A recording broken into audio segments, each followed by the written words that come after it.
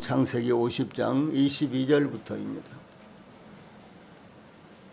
하나님의 말씀 창세기 50장 22절부터 마지막 절 26절까지 제가 먼저 봉독을 해드리겠습니다.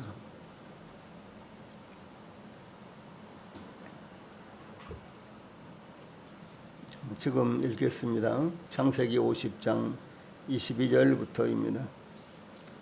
요셉이 그의 아버지의 가족과 함께 애굽에 거주하여 110세를 살며 에브라임의 자손 3대를 보았으며 므낫세의 아들 마길의 아들들도 요셉의 스라에서 양육되었더라. 요셉이 그의 형제들에게 이르되 나는 죽을 것이나 하나님이 당신들을 돌보시고 당신들을 이 땅에서 인도해내사 아브람과 이삭과 야곱에게 맹세하신 땅에 이르게 하시리라 하고, 요셉이 또 이스라엘 자손에게 맹세시켜 이르기를 하나님이 반드시 당신들을 돌보시리니 당신들은 여기서 내 해골을 메고 올라가겠다 하라 하였더라.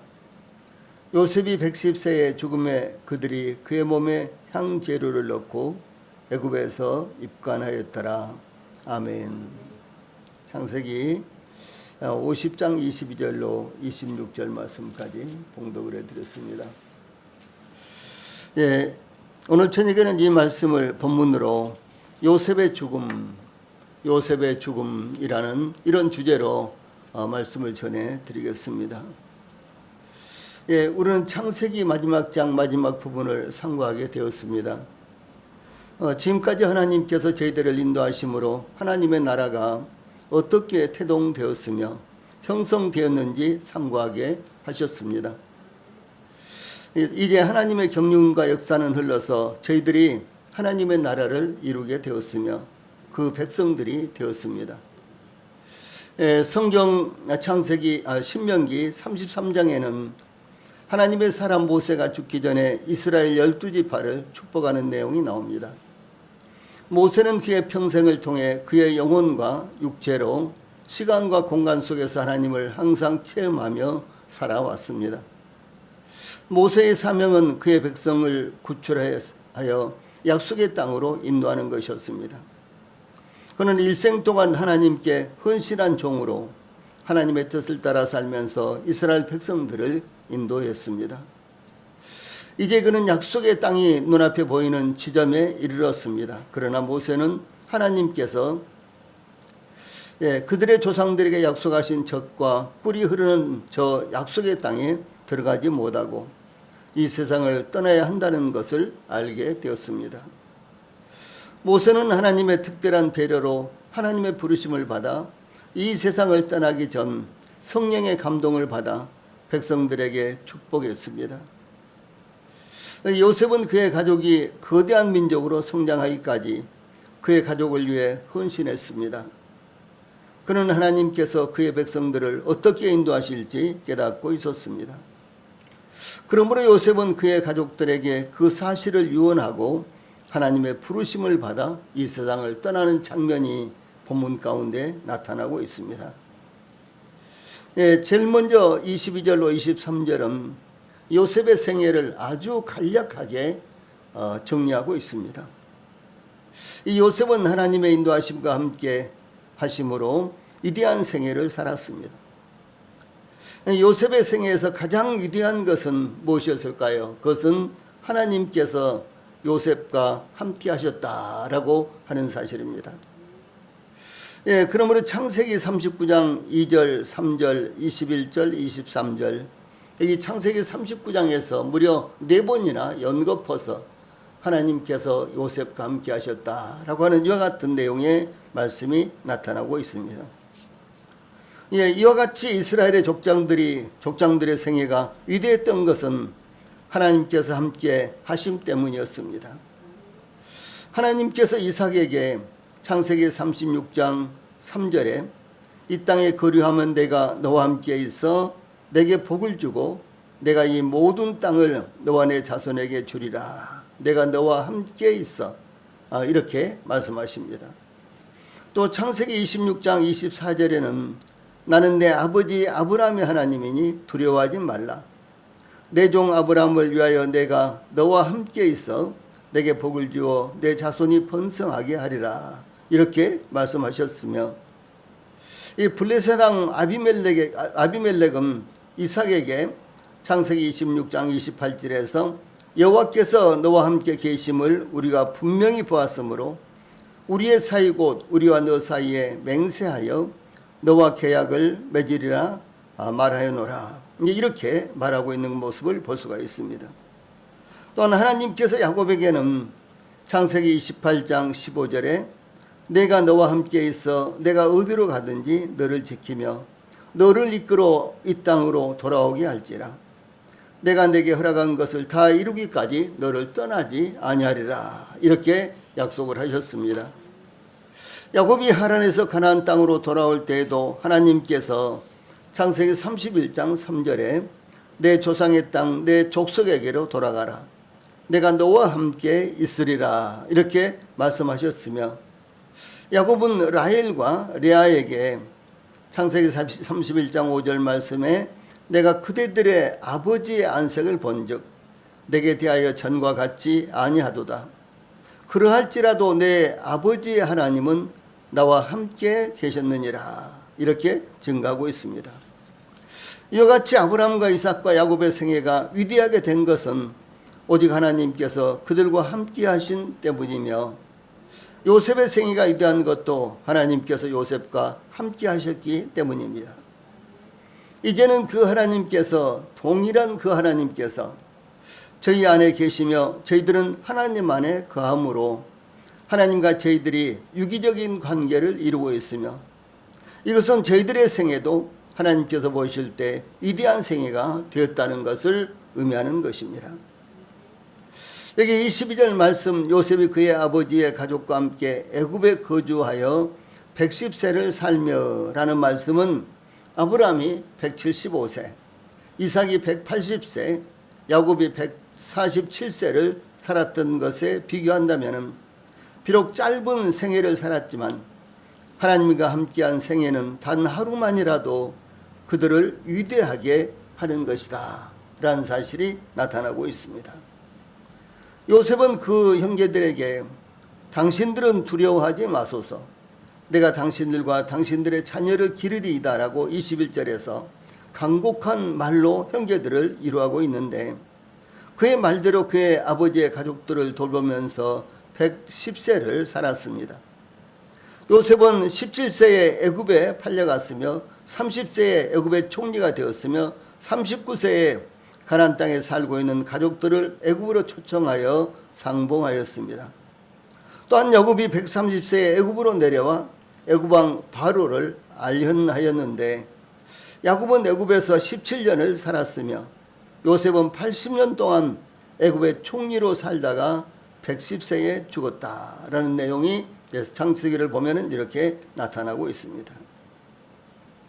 요셉이 17세에 애굽으로 팔려갔는데 야곱은 애굽에 와서 17년을 살았다.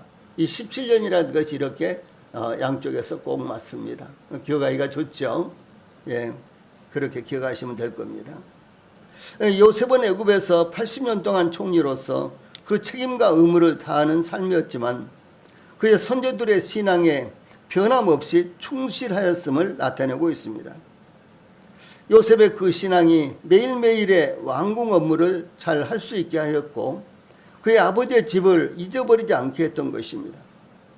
그러므로 요셉의 개인의 신앙생활은 가정과 사회와 그의 업무에 더욱 지혜를 더하는 계기가 되었던 것입니다. 오늘날은 개인의 프라이버시를 존중한다는 의미에서 가정과 사회와 개인생활과 신앙생활을 각각 별개로 취급하지만, 그러나 이것은 전반적인 신앙의 쇠락을 가져오는 결과가 된 것입니다. 야곱은 그가 애굽에 내려오기 전에 요셉이 낳은 에브라임과 므낫세를 자신의 아들들로 입양하여 이스라엘 12지파에 포함하여 이스라엘은 모두 13지파가 되었습니다. 요셉은 아버지 야곱의 축복과 에브라임을 장자로 세운 것으로 인해 에브라임을 그의 장자로 인정하고 에브라임과 함께 살았던 것으로 보입니다. 그러므로 요셉은 23절에서 에브라임의 자손 3대를 보았으며 므낫세의 아들 마길의 아들들도 요셉의 스라에서 양육되었더라 라고 이렇게 증거하고 있습니다. 즉 에브라임은 요셉의 차남이었지만 야곱이 장자로 세웠으므로 이스라엘 12지파에 포함되어 이스라엘 역사에서 매우 축복받는 지파가 되었던 것이 여호수아서 17장 17절, 21장 21절, 사무엘상 1장 1절 등에 나타나고 있습니다. 이 솔로몬 통치 이후에는 이 에브라임 지파는 북왕국의 대표적인 지파로서 북왕국을 이끌기도 하는 이와 같은 지파가 되었습니다. 에브라임의 후손에 대해 모세는 신명기 33장 17절에서 그는 첫 수송아지 같이 위엄이 있으니 그 뿔이 들소의 뿔 같도다. 이것으로 민족들을 받아 땅끝까지 이르리니 곧 에브라임의 자손은 만만이요 므낫세의 자손은 천천히로다 라고 축복한 내용이 나타나고 있습니다. 에브라임은 큰 지파로서 북이스라엘을 대표하는 지파입니다. 모세의 뒤를 이은 지도자로서 여호수아는 에브라임 지파 출신이었습니다. 이 에브라임의 후손에 대해서 역대상 7장 20절에는 에브라임의 아들은 수델라요 그의 아들은 베렛이요 그의 아들은 다하시요 그의 아들은 엘라다요 그의 아들은 다하시요 그의 아들은 사바시요 그의 아들은 수델라며 그가 또 에셀과 길앗을 낳았으나 이렇게 기록하고 있습니다. 그런데 요셉이 에브라임의 자손 3대를 보았다는 것은 요셉으로는 4대 즉 고손자까지 보았다는 것을 의미합니다. 또한 요셉은 23절 후반절에 므낫세의 아들 마길의 아들들도 요셉의 스라에서 양육되었더라 라는 말씀은 요셉의 또 다른 아들인 므낫세의 아들인 마길의 아들들 즉 그 손자들까지도 요셉의 스라에서 양육되었다라고 하는 것입니다. 예, 그러므로 요셉은 가정적으로 화목한 가정을 이루었던 이와 같은 사람입니다. 다시 말해서 애굽의 총리로서 아주 위대한 정책과 위대한 정치를 했던 사람이 요셉인가 하면은 가정적으로도 아주 화목한 가정을 이루었던 이와 같은 사람. 그리고 이제 가정에서도 그 책임을 다하는 사람, 이 사람이 바로 요셉이었다라고 하는 사실을 알 수가 있는 것입니다. 다음에 요셉의 유언이 24절로 25절에 나타납니다. 요셉은 그의 형제들에게 유언했는데 요셉은 야곱의 11번째 아들이므로 요셉보다 나이가 어린 형제는 베냐민 하나밖에 없었습니다.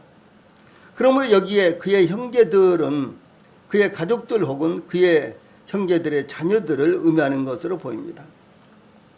요셉은 그의 형제들에게 나는 죽을 것이나 하나님이 당신들을 돌보시고 당신들을 이 땅에서 인도하여 내사 아브라함과 이삭과 야곱에게 맹세하신 땅에 이르게 하시리라. 24절 말씀 이렇게 유언을 했습니다. 여기서 먼저 나는 죽을 것이나 이런 말을 먼저 하고 있는 것은 그 자신이 비록 죽더라도 하나님은 여전히 살아 계셔서 그 조상들에게 약속하신 것을 반드시 이루실 것이라는 확고한 믿음을 갖고 있었다는 것을 의미합니다. 요셉이 이와 같이 유언한 것은 요셉이 끝까지 즉 죽을 때까지 하나님의 약속을 굳건하게 믿고 있으며 견고하게 의지하고 살았다는 것을 의미합니다. 요셉은 24절에 하나님이 당신들을 돌보시고 라고 유언하므로 하나님께서 그 조상들에게 약속하신 것을 이루시기 위해 그들을 애굽에서 돌보실 것이라는 확실한 믿음을 가졌던 것입니다. 또한 24절 후반절에 당신들을 이 땅에서 인도하여 내사 아브라함과 이삭과 야곱에게 맹세하신 땅에 이르게 하시리라 이렇게 유언했습니다. 아브라함과 이삭과 야곱에게 약속하신 대로 맹세하신 대로 이렇게 요셉은 그 조상들을 언급하고 하나님과 그 조상들과의 관계가 하나님과 그 후손들과의 관계로 이어지고 있다는 사실을 말씀하고 있는 것입니다. 하나님과 언약을 맺은 이스라엘의 3대 족장들이 아브라함과 이삭과 야곱입니다. 하나님께서 이들 족장들과 언약을 맺을 때부터 이스라엘은 하나님의 언약을 믿고 그 언약이 이루어지기를 기다렸으며 그 언약이 신앙의 기초가 되었으며 그들이 기도할 때 호소하는 근거가 되었습니다. 그러므로 이스라엘은 그 언약에 근거하여 하나님께 기도하며 호소했고 또한 하나님께서는 이들과 맺은 언약을 기억하시고 이스라엘을 지켜주시고 보호하셨던 것입니다. 또한 하나님이 그들의 고통 소리를 들으시고 출애굽기 2장 24절로 25절 보면 하나님이 그들의 고통 소리를 들으시고 하나님이 아브라함과 이삭과 야곱에게 세운 그의 언약을 기억하사 하나님이 이스라엘 자손을 돌보셨고 하나님이 그들을 기억하셨더라 라고 이렇게 증거하고 있습니다. 그러므로 하나님의 언약을 기억한다는 것은 굉장히 중요한 것입니다. 이것은 신앙의 기초가 되고 기도의 기초가 되고 그리고 우리의 소망의 기초가 되기 때문에 그렇습니다. 하나님께서 저희들에게 약속하신 것은 무엇입니까? 또 하나님께서 우리 성도들에게 약속하신 것은 무엇입니까? 그 약속이 우리들의 신앙의 기초가 되는 것이며 그 약속이 우리들의 기도의 기초가 되고 우리가 하나님께 기도하면서 호소할 수 있는 근거가 그 약속에 있다라고 하는 사실입니다. 뿐만 아니라 저희들이 이 땅에 살면서도 소망을 가질 수 있는 그 근거는 바로 하나님의 약속에 있는 것입니다. 그러므로 저희들이 하나님 앞에 받은 약속은 정말로 중요한 것입니다. 그 다음에 또 하나님께서 이스라엘을 구원해내시기 위해서 떨기나무 불꽃 가운데서 모세를 부르실 때 출애굽기 3장 6절에 나는 내 조상의 하나님이니 아브라함의 하나님, 이삭의 하나님, 야곱의 하나님이라 이렇게 말씀하셨으며 이스라엘 백성들에게 가서 출애굽기 3장 15절 모세에게 이렇게 말씀하십니다. 너희 조상의 하나님 여호와 곧 아브라함의 하나님, 이삭의 하나님, 야곱의 하나님께서 나를 너희에게 보내셨다 하라 이렇게 말씀을 하셨습니다. 하나님께서 이와 같이 언약을 중요하게 여기셨다는 것은 언약의 핵심이 구세주로서 이 세상에 보내실 예수 그리스도이시기 때문인 것입니다. 구약에 수도 없이 많은 이제 약속들 그리고 신약에 수도 없이 많은 이와 같은 약속들은 결과적으로 모두 다 예수 그리스도에게 집중되는 것입니다.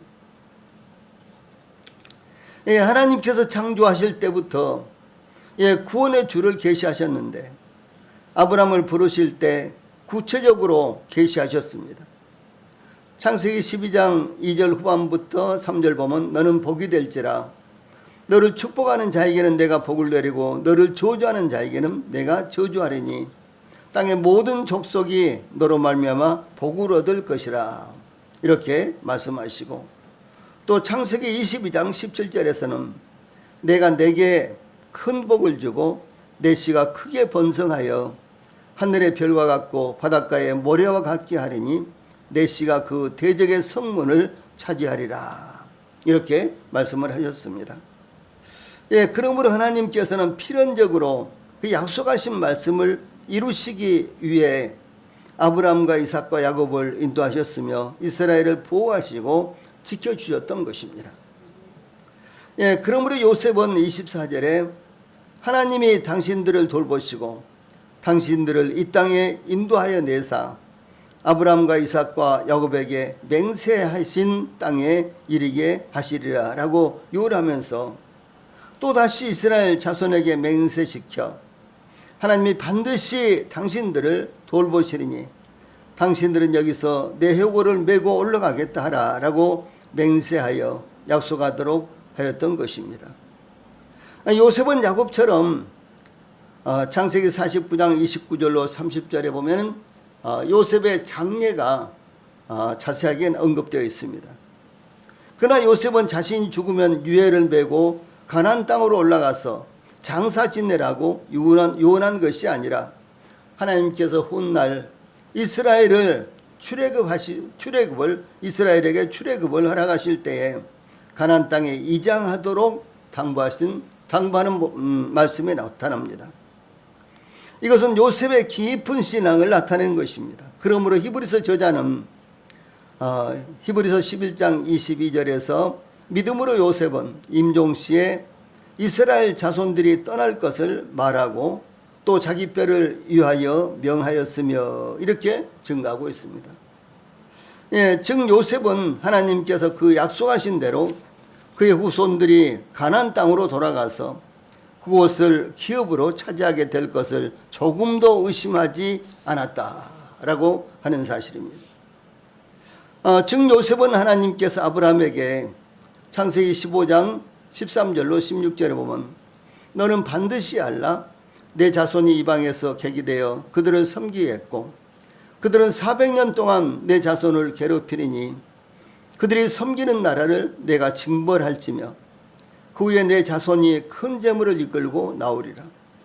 너는 장수하다가 평안히 조상에게로 돌아가 장사될 것이요 내 자손은 4대 만에 이 땅으로 돌아오리니 라고 약속하신 것을 조금도 의심하지 않았던 것을 볼 수가 있습니다.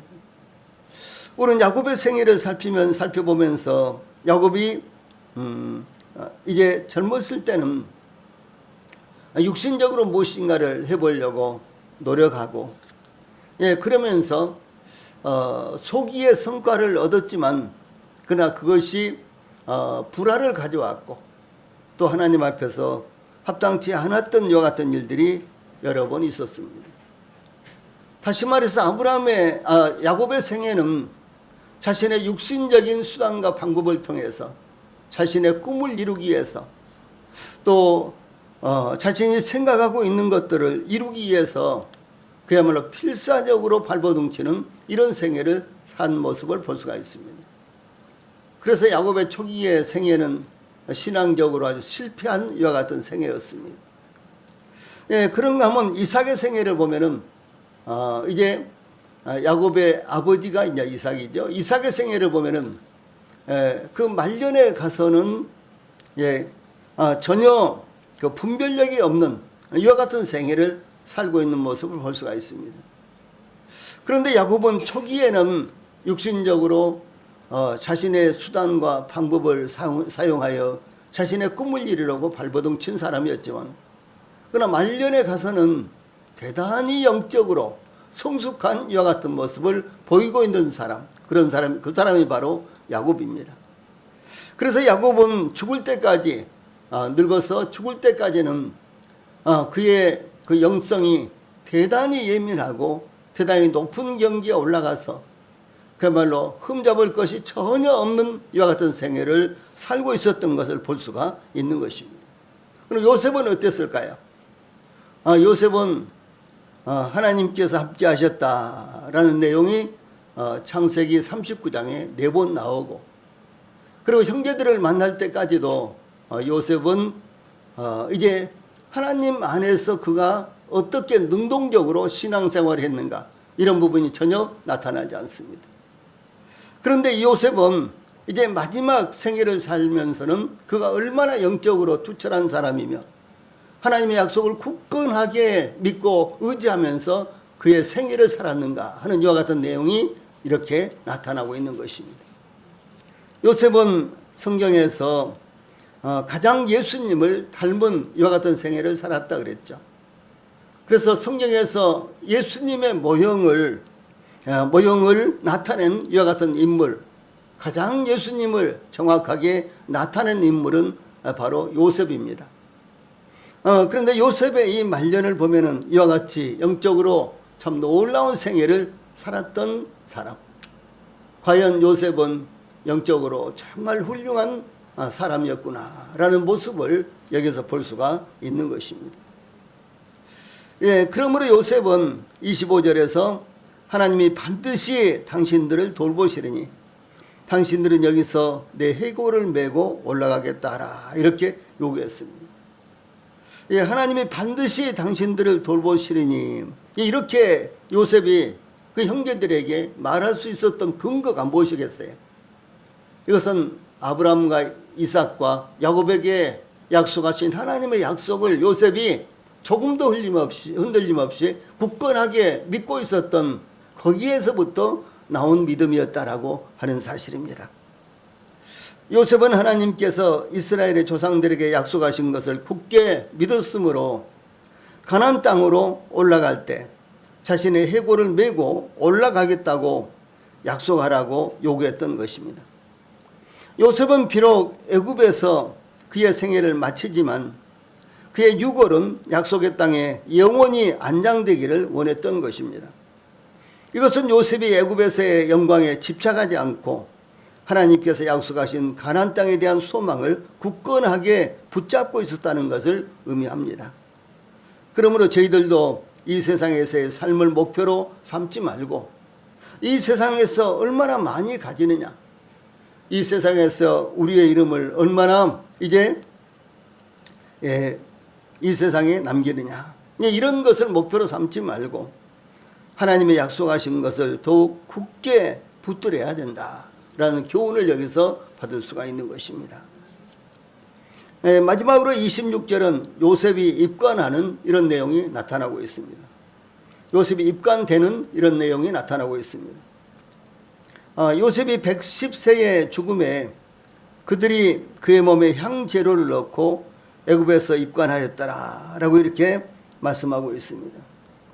여기 22절에서도 110세를 살며 이렇게 나오는데 여기 마지막 절에 가서 요셉이 또다시 110세를 살았다 이렇게 말씀하고 있습니다. 요셉이 의원들을 통해 아버지 야곱의 시신을 미라로 만들었던 것과 같이 그의 시신은 그의 형제들이, 요셉의 시신은 요셉의 형제들이 미라로 만들었습니다. 요셉의 장례에 대한 기록은 야곱의 장례에 대한 기록과는 달리 매우 간단하게 언급되었습니다. 그러나 요셉은 훌륭한 업적을 남긴 애굽의 총리였으므로 성대한 장례의식이 진행되었을 것입니다. 그의 시신은 미라로 만들어 관에 안치되었으며 이스라엘의 출애굽이 이루어지고 가나안 땅을 정복함으로 요셉이 죽고 나서 무려 415년 후에 세겜에 완전히 묻히게 되는 내용이 성경에 나타납니다. 요셉의 죽음은 이스라엘 백성에게 장차 되어질 일에 대한 소망과 하나님께서 권고하시는 날에 대한 소망을 갖게 하였습니다. 요셉은 하나님께서 말씀하신 약속이 이루어질 것을 믿는다고 입으로만 말하지 않았습니다. 그는 믿음의 실제적인 적용으로 출애굽할 때 자신의 해골을 가나안 땅으로 메고 올라갈 것을 요구했습니다. 이스라엘의 출애굽이 성취될 때에 출애굽기 13장 19절에 보면은 모세가 요셉의 유골을 가졌으니 이는 요셉이 이스라엘 자손으로 단단히 맹세하게 하여 이르기를 하나님이 반드시 너희를 찾아오리니 너희는 내 유골을 여기서 나가라 하였습니다라 이렇게 기록되어 있습니다. 요셉이 유언한 그대로 이제 하나님께서 모세를 통해서 이스라엘을 출애굽시킬 때 그 모세가 요셉이 한 말씀을 기억하고 요셉의 유골을 가지고 애굽에서 떠났다라고 하는 사실입니다. 또한 요셉의 유골을 가나안 땅에 장사 지낸 사건에 대해서 여호수아서 24장 32절에는 또 이스라엘 자손이 애굽에서 가져온 요셉의 뼈를 세겜에 장사하였으니 이곳은 야곱이 100크시타를 주고 세겜의 아버지 하몰의 자손들에게서 산 밭이라 그것이 요셉 자손의 기업이 되었더라 이렇게 증거하고 있습니다. 야곱이 바단 아람에서 가나안 땅에 돌아왔을 때 세겜 성읍에 이르러 그 성읍 앞에 장막을 치고 그 장막 친 밭을 세겜의 아버지 하몰의 아들들의 손에서 100크시타에 매입했는데 거기에 제단을 쌓고 그 이름을 엘렐로헤 이스라엘 이렇게 불렸던 땅이었습니다. 그 땅은 여호수아에 의해 기업이 분배될 때에 요셉의 자손들에게 할당되었는데 요셉의 자손들은 그 땅을 분배받은 후 곧바로 요셉의 유해를 그곳에 안장했다라고 하는 사실입니다. 그러므로 요셉이 유언한 자기의 해골을 이제 약속의 땅으로 메고 가서 그 땅에 장사해다오 이렇게 요청한 것, 그것이 그대로 성취가 된 이와 같은 모습을 볼 수가 있는 것입니다. 자, 이렇게 해서 이제 우리는 창세기 1장부터 50장을 이제 다 끝내게 되었습니다. 물론 창세기 1장에서부터 5장까지의 일부분은 아주 중요한 부분만 이렇게 우리가 참고를 했기 때문에 다음 주부터 그 부분에 대해서 좀 더 세밀하게 제가 강의를 해드리도록 하겠습니다. 이 창세기를 우리가 마쳤는데, 창세기는 천지창조와 함께 하나님께서 선택하신 민족이 어떻게 구성되었는가를 보여주고 있으며, 그리고 시작과 끝이 증거되고 있는 책, 그것이 바로 창세기입니다. 그래서 창세기는 대단히 중요하다라고 하는 사실입니다. 그러므로 창세기는 시작의 책으로 불리는데, 천지의 시작, 인류의 시작, 선민, 하나님께서 선택한 민족의 시작, 죄와 구속의 시작 등이 중심 사상으로 기록되어 있습니다. 그러므로 창세기에는 인간의 조상인 최초의 남자와 여자로서 아담과 하와가 등장합니다.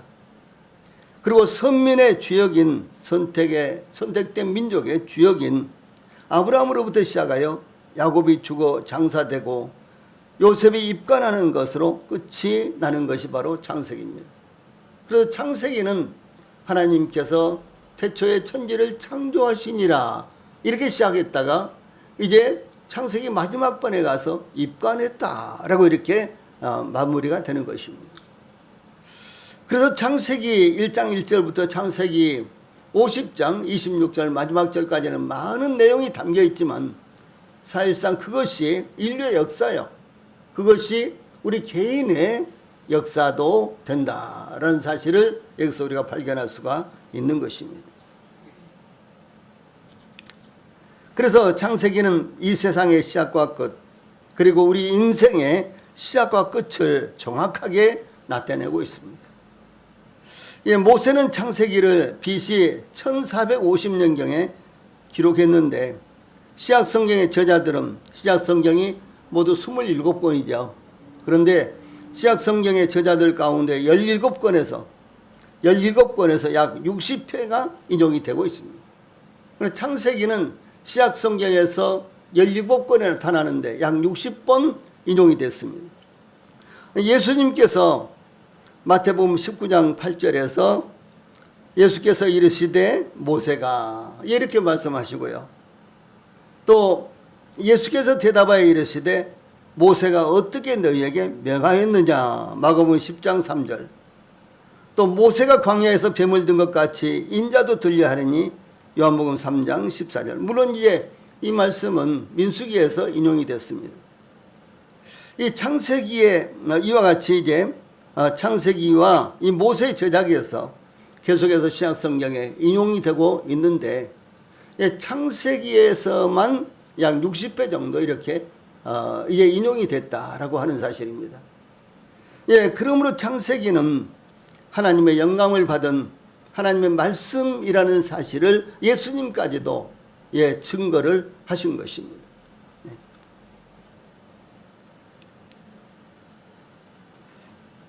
다음에 창세기의 핵심은 1장의 창조와 12장의 아브라함을 부르신 말씀, 이것이 창세기의 핵심입니다.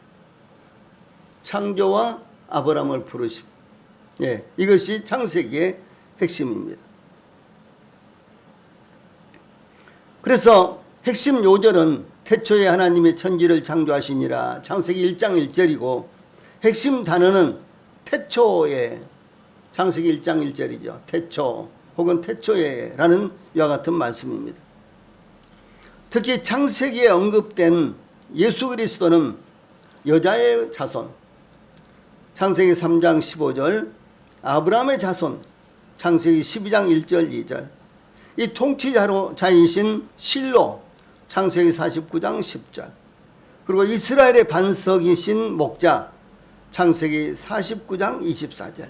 이렇게 기록되는데, 예수님께서 요한복음 10장 11절에서 나는 선한 목자라 이렇게 말씀하시죠.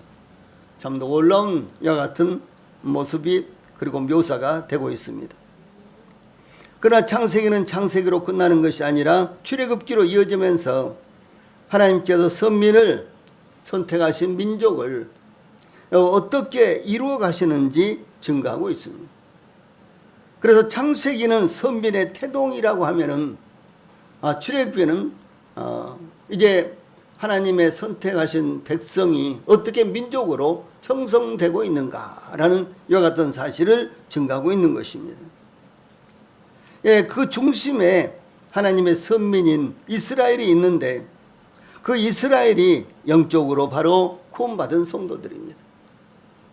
예, 그러므로 창세기는 우리와 관련이 없는 말씀이 아니라 우리가 바로 그 중심에 있다는 것을 우리 성도들이 항상 기억을 하시면서 하나님 말씀, 특히 창세기를 읽으실 때 참고를 하시기를 바랍니다. 기도하시겠습니다.